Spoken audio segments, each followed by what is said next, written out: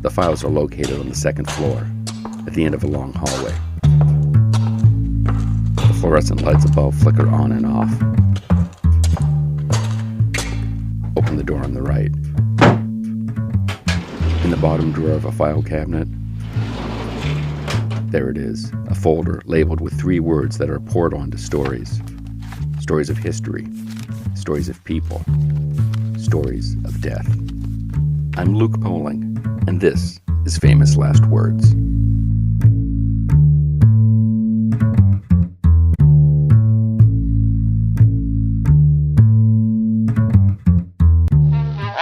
a Saturday, her young beau called to see if she'd like to go to see a show, but Miss Kate said no. I'll tell you what you can do.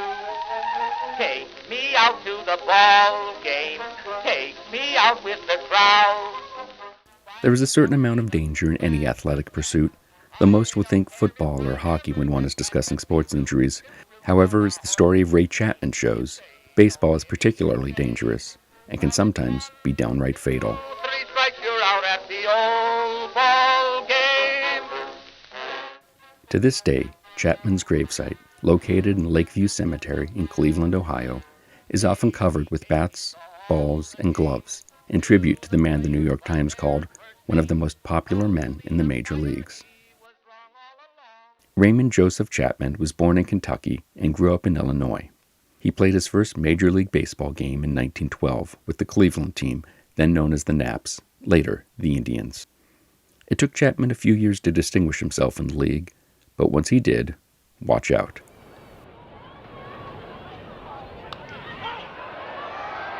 He was a skilled bunter, and in 1917 he set the single-season record for 67 sacrifice hits.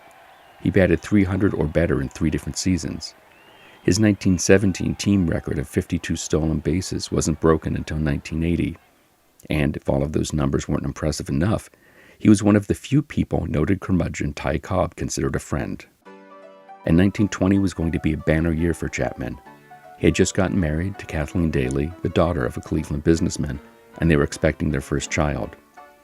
Newspapers had speculated that this 1920 season was going to be Chapman's last, as he wanted to go into business with his father-in-law. Likely, none of that was on his mind when he stepped into the batter's box at the Polo Grounds in New York City, August 16, 1920.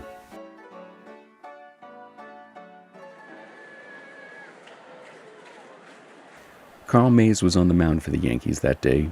He was known for his submarine pitch, which is best described as a ball that moves erratically in its journey to the plate. It's released when the pitcher's arm is almost touching the ground.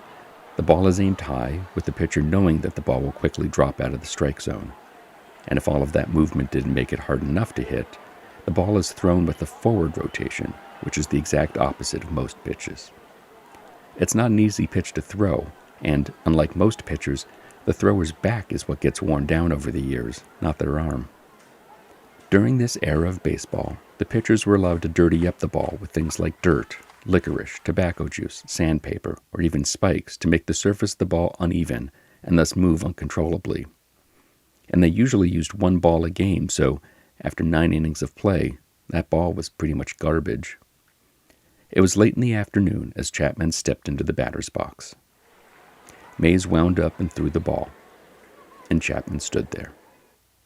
Which was confusing for Mays, since he thought he heard the crack of the bat as the ball rolled towards him.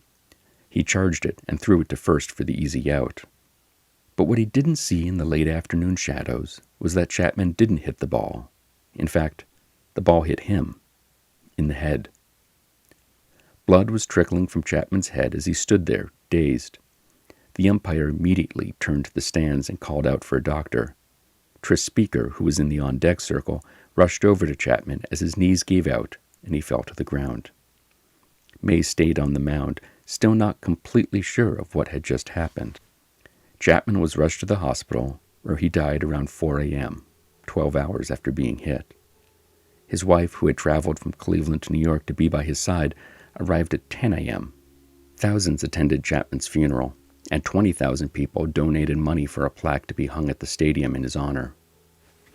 His teammates wore black armbands for the rest of the season, and, using their fallen teammate as inspiration, ended up winning the national championship that year. The incident prompted the league to ban spitballs and replace baseballs when damaged during play, although it took several more decades for helmets to be mandated. Ray Chapman remains the only major league player to die from an injury suffered during a game.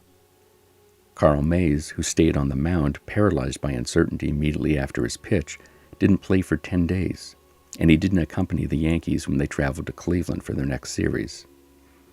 Later, Mays said, quote, "It was the most regrettable incident of my baseball career. I would give anything if I could undo what has happened. Chapman was a game, splendid fellow."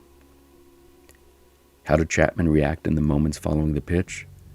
Perhaps he was just displaying his gentlemanly demeanor when he told his teammates, "I'm all right. Tell Mays not to worry."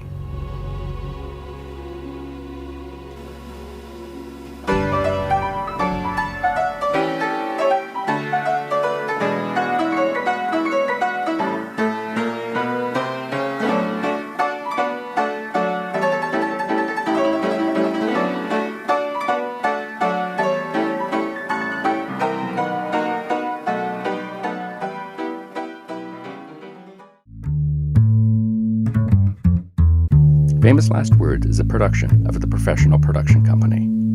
It is written and narrated by Luke Poling. That's me. It is produced by Heidi Hegquist and myself. Our assistant producer is Sabrina Thompson. You can find the show on Instagram and Facebook under Famous Last Words Pod. And on our website, you can find full transcripts, credits, and much more, famouslastwordspod.com.